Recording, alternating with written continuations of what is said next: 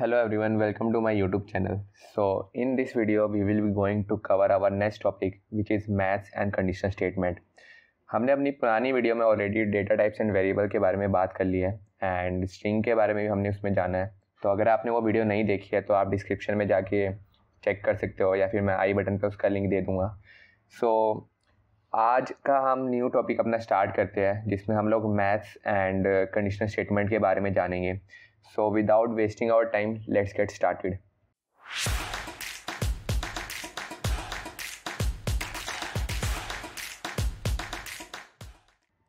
So मैंने यहाँ पे VS कोड यूज़ किया है। आप जो यूज़ कर रहे हो अपने एंड पे आप उसको कंटिन्यू रख सकते हो। So यहाँ पे मैंने एक फ़ाइल क्रिएट कर लिया main.py एंड नीचे अपना मैंने टर्मिनल ओपन कर लिया कि हम कमांड का आउटपुट भी देख सके साथ के साथ। So सबसे पहले हम लोग बात करते हैं यहाँ पे मैथ्स के बारे में।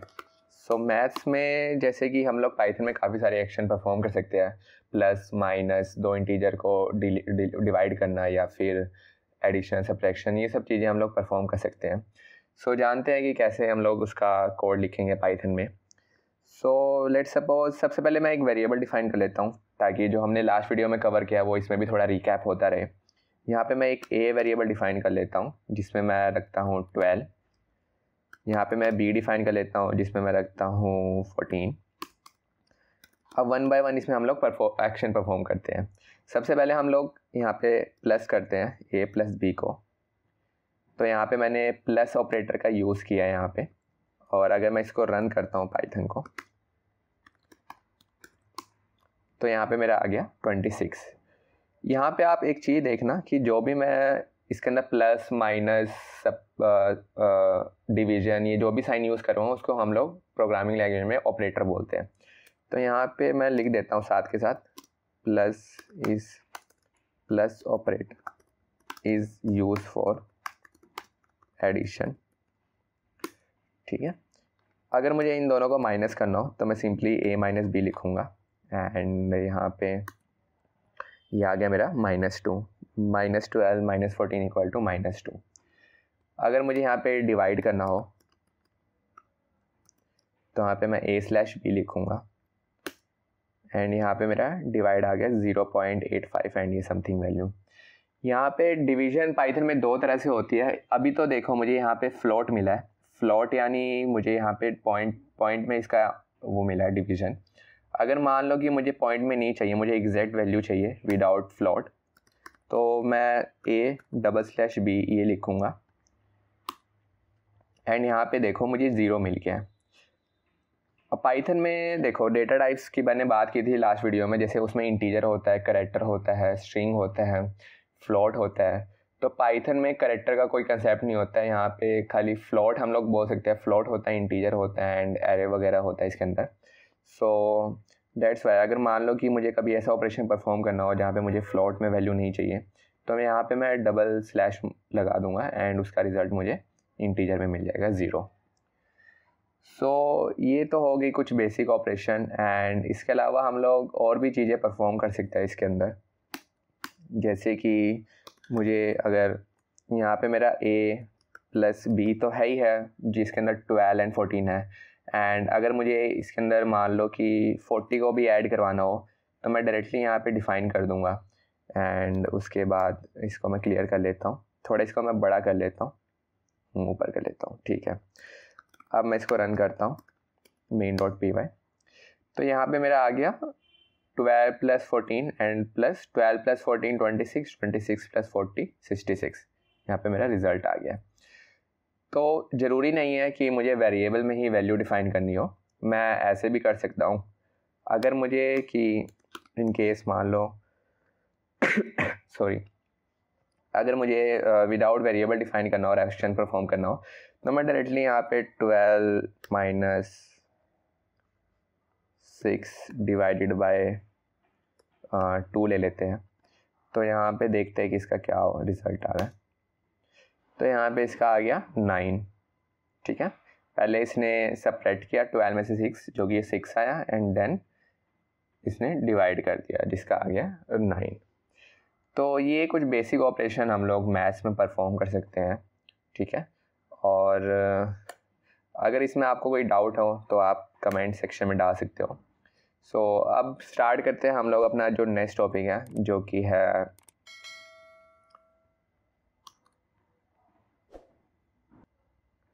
तो अब हम लोग अपना नेक्स्ट स्टार्ट करते हैं। मैथ्स तो हमारा हो गया, अगर इसमें कोई डाउट हो तो आप पूछ सकते हो। अब हम लोग इसके अलावा कंडीशनल स्टेटमेंट की अब हम लोग बात करते हैं यहाँ पे। सो मैं यहाँ पे कमेंट में डाल देता हूँ, और हाँ, ये कोड भी मैं प्रोवाइड कर दूँगा आपको गिटहब पे, या नीचे किसी टेलीग्राम का भी हम लोग सोच रहे हैं कि हम लोग एक ग्रुप बनाए हैं, उसमें कोड शेयर कर दें। सो उसमें भी हम लोग प्रोवाइड कर देंगे कोड आपको, कंडीशनल स्टेटमेंट। सो पाइथन में अगर आपने नॉर्मल कभी कंडीशनल स्टेटमेंट देखा होगा सी में, जावा में, तो उसमें इफ़ एल्स होता है ना। कंडीशनल के बेस पे हम लोग एक्शन परफॉर्म कर सकते हैं। सो पाइथन में भी सेम होता है, इफ़ होता है, एल्स होता है, एलिफ होता है। तो हम लोग देखेंगे कि वो हम लोग यहाँ पे कैसे डिक्लेयर कर सकते हैं। सो इसी का एग्जांपल ले लेते हैं हम लोग। एक काम करते हैं, पहले हम यहाँ पे इसको कमेंट कर देते हैं जो भी हमने प्रिंट लिखा हुआ है। ये ध्यान रखना, मैं यहाँ पे मल्टीलाइन कमेंट्स का यूज़ कर रहा हूँ। तो ये मेरा कमेंट हो चुका है। अब इसको थोड़ा ऊपर कर लेते हैं।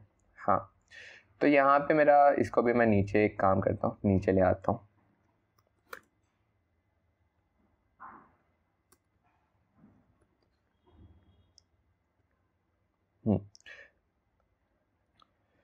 तो यहाँ पे मैं ए को डिक्लेयर कर देता हूँ 45 एंड बी को डिक्लेयर कर देता हूँ 60।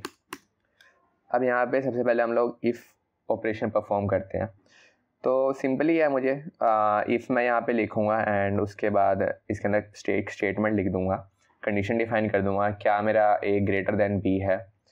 तो मैं if A is greater than B, and यहाँ पे मैं ये डबल डॉट वाला लगाऊंगा एंड देन एंटर करूँगा, एंड उसके बाद मैं यहाँ पे लिखूँगा ट्रू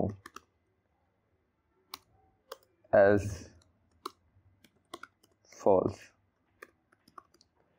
तो यहाँ पे सिंपल्स है मेरा, अगर ए मेरा ग्रेटर देन बी हुआ तो ट्रू प्रिंट हो जाएगा, अदरवाइज ये फॉल्स प्रिंट कर देगा। तो इसको रन कर लेते हैं। सबसे पहले इसको मैं क्लियर कर लेता हूँ। तो यहाँ पे मेरा फॉल्स प्रिंट हो गया, क्योंकि ए मेरा 45 एंड बी मेरा 60 है। तो अगर ये कंडीशन मान लो ट्रू होती, अगर मेरा वाकई ए बड़ा होता, तो ये ट्रू प्रिंट कर देता। तो ये कंडीशनल स्टेटमेंट होती है। और एक चीज़ और आपने नोटिस की होगी कि मैंने यहाँ पे टैब का यूज़ किया है। देखो, होता क्या है कि बाकी प्रोग्रामिंग लैंग्वेज में सेमीकोलन होता है कोड को ब्रेक करने के लिए, ठीक है। बट पाइथन में क्या होता है, पाइथन में हम लोग इसका इंडेंटेशन का यूज़ करते हैं। अगर हमने किसी कंडीशनल के अंदर हमने कोई स्टेटमेंट लिखी है और उसको एग्जीक्यूट करवाना हो, तो हम लोग इंडेंट का यहाँ पे यूज़ करेंगे। तो इसके अलावा और देख लेते हैं यहाँ पे। ये तो मैंने सिंपल लिखा है इफ एल्स, ठीक है। अगर मान लो कि मैं यहाँ पे एलिफ भी लगाना है मुझे, एलिफ में हम लोग लिखते हैं else if A greater than equal to B,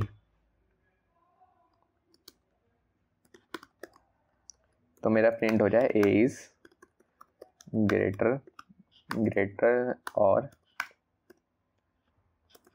equal to B, ठीक है। वरना else,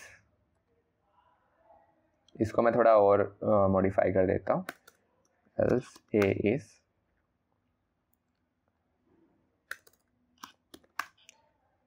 is not greater then और इक्वल टू बी, और यहाँ पे मैं लिख देता हूँ ए इज ग्रेटर देन बी, ठीक है। अब मैंने यहाँ पे 3 कंडीशन डिफाइन कर दिया है, या तो मेरा ए ग्रेटर देन बी हो, या मेरा A greater than equal to B हो, या फिर बाय डिफ़ॉल्ट अगर ये दोनों कंडीशन मेरी फॉल्स हो जाती है, तो देन मेरा एल्स में प्रिंट हो जाएगा A is not greater then और इक्वल टू बी। अब अगर मैं इसको रन करता हूँ तो यहाँ पे मेरा आया है A is not greater than equal to B, जो कि मेरा एल्स वाला स्टेटमेंट ट्रू हो गया यहाँ पे। अगर मान लो कि मैं यहाँ पे 60 लिख देता हूँ, तो 60 के केस में मेरा एलिफ वाला कंडीशनल ट्रू हो जाएगा, क्योंकि ग्रेटर देन नहीं है बट वो इक्वल टू है, तो ए इज़ ग्रेटर देन और इक्वल टू बी वाला मेरा प्रिंट हो जाएगा यहाँ पे, ए इज़ ग्रेटर और इक्वल टू बी। अगर मैं यहाँ पे 60 की जगह 80 लिख देता हूँ तो मेरा यहाँ पे प्रिंट हो जाएगा A is greater than B. तो ऐसे ये चीज़ें यहाँ पे काम करती है कंडीशनल स्टेटमेंट। ये 1 बाय 1 कंडीशन जो हमने लिखी हुई है इफ एल्स में वो चेक करेगा एंड देन उसके बेस पे हमें रिज़ल्ट देगा। सो इसके अलावा हम लोग यहाँ पे बुलियन वैल्यू भी डिफ़ाइन कर सकते हैं। Boolean value in the sense कि यहाँ पे मैं चेक करवा सकता हूँ कि मेरी कंडीशन, वो हमें बेसिकली ऐसे प्रिंट नहीं करता है, वो हमें ट्रू और फॉल्स में हमें वो देता है, रिज़ल्ट देता है। ठीक है, तो अगर मान लो कि यहाँ पे मेरा ए ग्रेटर देन बी है,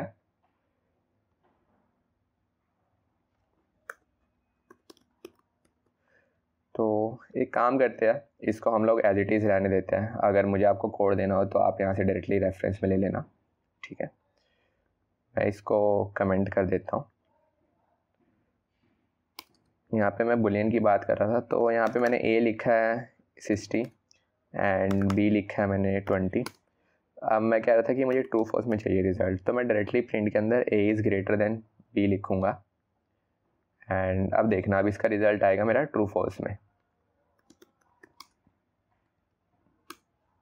ये देखो यहाँ पे मेरा आ गया ट्रू, क्योंकि ए मेरा ग्रेटर देन बी है। अगर मान लो कि मैं बी को ग्रेटर कर देता हूँ ए से, अब इस केस में मेरा आ गया फॉल्स।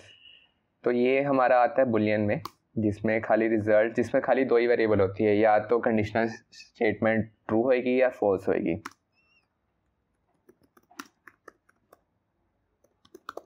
Boolean statement. ठीक है, अगर आपको इसमें कोई डाउट हो तो आप कमेंट सेक्शन में रीच आउट कर सकते हैं। बाकी अभी के लिए इतना ही रखते हैं, बाकी आने वाली सीरीज़ में हम लोग देखेंगे कैसे हम लोग फॉर लूप का यूज़ करते हैं एंड देन हम लोग try and exceptional error handling dictionary set का भी बात करेंगे।